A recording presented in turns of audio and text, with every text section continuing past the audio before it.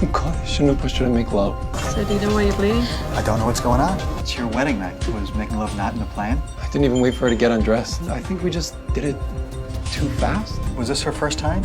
A bride was rushed to the emergency room. She was bleeding heavily from her lower body. Doctors tried various hemostatic measures but to no avail. When the doctor cut open her wedding dress for examination, he saw an incredible sight. Unbelievable.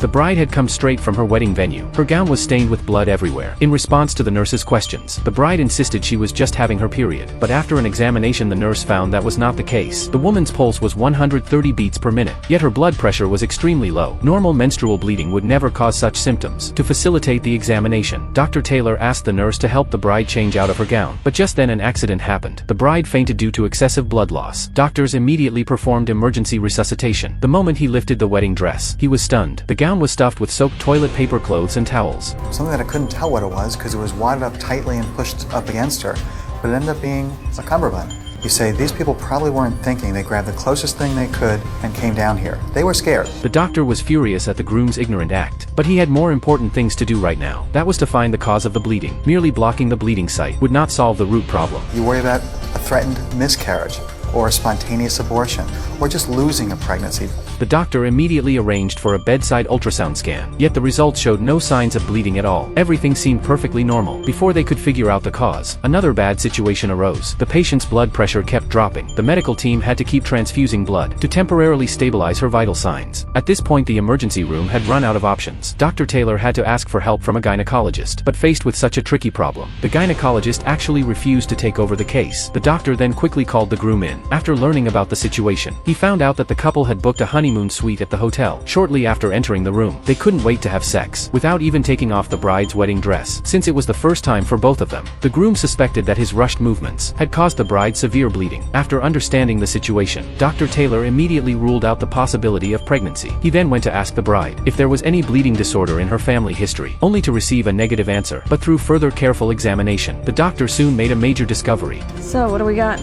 That's what I thought. Her parameters are off, and it looks like it's a bleeding disorder. To the doctor's astonishment, this congenital disease had gone undetected until now. It was truly incredible.